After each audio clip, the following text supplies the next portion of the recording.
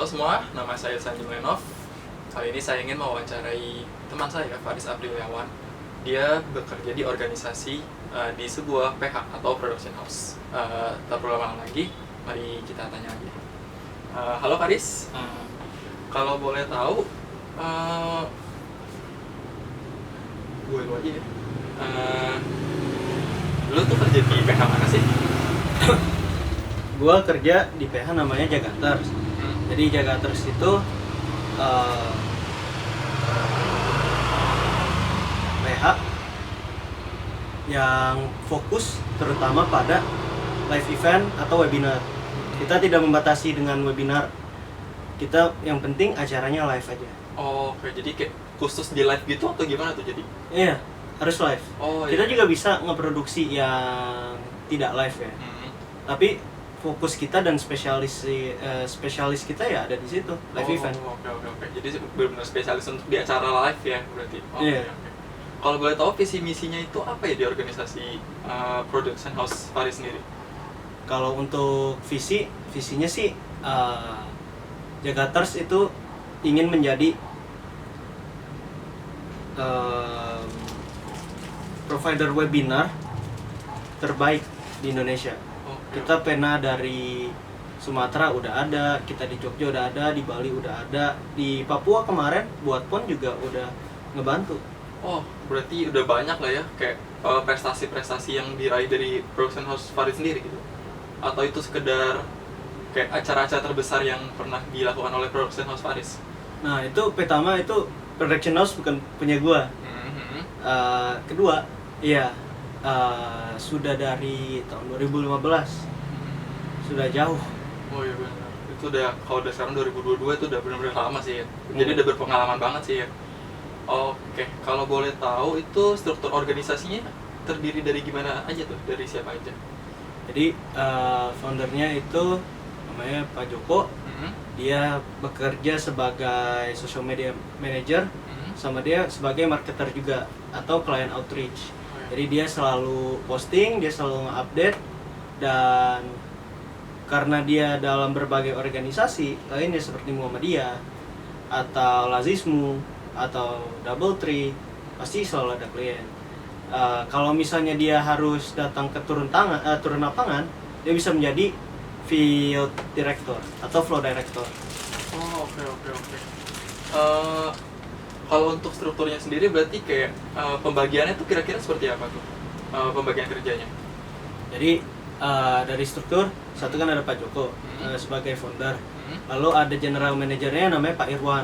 Dia sebagai general manager memastikan rundown-nya ada, schedulingnya ada, dan harus tahu kepada siapa yang diberikan tanggung jawab untuk event tersebut. Oh iya. Lalu yang terakhir ada Bu Nurleni. Jadi dia itu mengurus finance dan administrasi. Kalau misalnya kita butuh surat, ya klien kita kan dari pemerintah ada, dari lembaga medis atau lembaga lainnya ada juga. Kita pasti butuh banyak perizinan.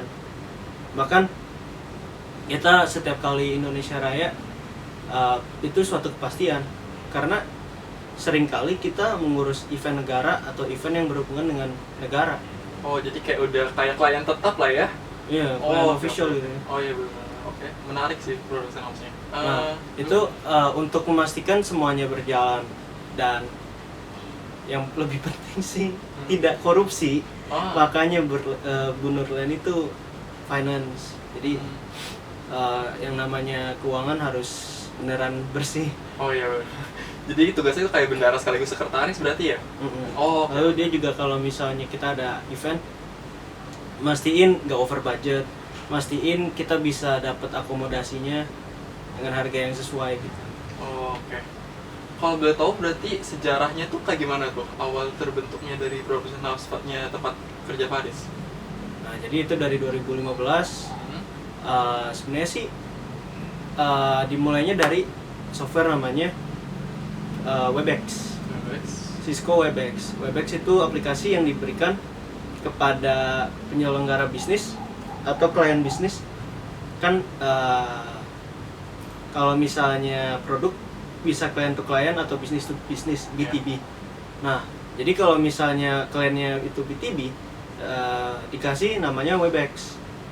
Itu aplikasi webinar yang mainstream pertama. Tetapi pelakunya nggak ada. Oh, oke. Jadi tuh kayak cuma disediain tapi belum banyak yang menggunakan ya?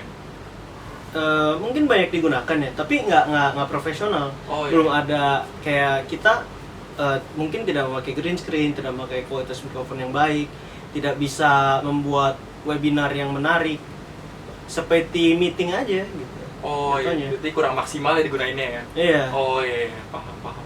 Jadi ketika Zoom sudah muncul dan ketika pandemi datang, sebenarnya itu dari 2015 sudah mulai.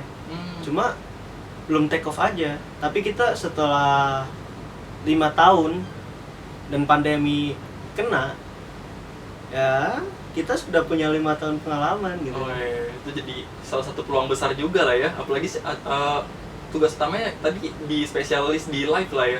Iya. Nah itu berguna banget sih di saat pandemi kayak gini nih. Iya. Oke. Berarti kalau boleh tahu program kerjanya tuh kayak gimana aja tuh? Nah, untuk program kerjanya sebenarnya sih ada dua, ada tim kreatif atau divisi kreatif sama divisi praktis. Nah, mereka kalau yang praktis fokusnya ke merealisasikan konsep yang dibuat tim kreatif.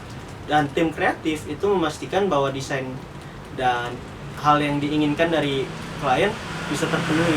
Oh. Misalnya, bagaimana caranya ada event 100.000 orang dalam satu ruangan Zoom. Oh iya. Limitnya 10.000 loh. Tapi ini 100.000. Bagaimana caranya 100.000? Jadi kita bisa ngebuat namanya multi Zoom webinar, di mana ada satu Zoom utama.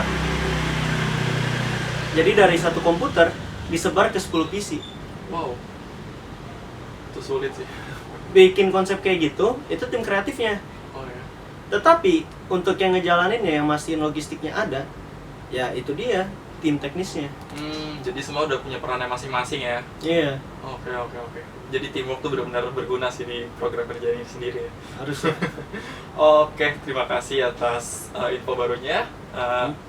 Senang juga bisa dikasih tahu pengalaman tentang PH, terutama yang spesialis dalam live ini ya. Oke. Jadi makin tahu banyak nih kayak yang tadi di Zoom tadi itu, yang sebenarnya maksimal 10.000 bisa jadi 100.000. Wah, gitu tuh keren banget sih. Iya, harus bisa kayak gitu. Iya, benar-benar. Ya, terima kasih ya, Faris. Ya. Thank you dan selamat malam. Malam.